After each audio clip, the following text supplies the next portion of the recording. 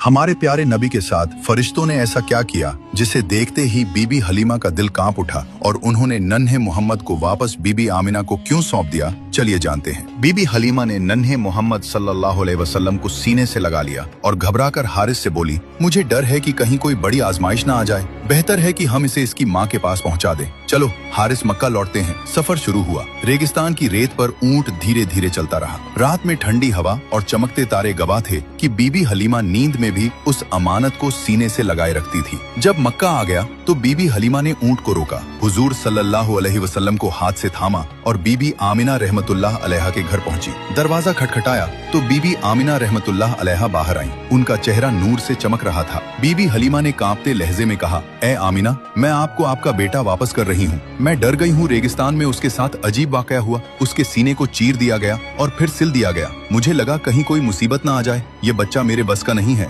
बीबी आमिना रहमतुल्लाह अलैहा मुस्कुराई और प्यार से कहा, हलीमा, जब ये बच्चा मेरे पेट में था तब भी मैंने ऐसे मंजर देखे थे जो किसी और ने नहीं देखे होंगे। ये बच्चा कोई आम बच्चा नहीं है। इसके साथ फरिश्ते रहते हैं। ये अल्लाह की रहमत और अल्लाह की अमानत है। इस पर कोई बुरा असर नहीं पड़ सकता क्योंकि खुद अल्लाह इसकी हिफाजत कर रहे हैं। ये सुनकर बीबी हलीमा का कांपता दिल भी सुकून पा गया। बीबी हलीमा ने नन्हे मोहम्मद का सर चूमा और कहा, बेटा तू हमेशा मेरे दिल में रहेगा। तू वो नूर है जिसने मेरी जिंदगी रोशन कर दी। उस दिन बीबी हलीमा खाली हाथ लौटी, मगर उनके दिल में ये नन्ही रहमत हमेशा के लिए बस गई। इस तरह हुजूर सल्लल्लाहु अलैहि वसल्लम का दूध पीने का दौर खत्म हुआ और आप मक्का में अपनी वालिदा के पास रहने लगे। ये अल्लाह की मर्जी थी कि अब आपकी तरबियत का नया सफर शुरू हो। मक्का की गलियों में रोज काफिले आते जाते, बुतों की पूजा और झूठी रस्में चलती, लेकिन एक मासूम बच्चा अपनी आंखों से इस दुनिया को देख रहा था। दादा हजरत अब्दुल मुत्तलिब भी नन्हे मोहम्मद से बेपनाह मोहब्बत करते थे। काबा के पास उनके लिए बिछौना बिछा होता।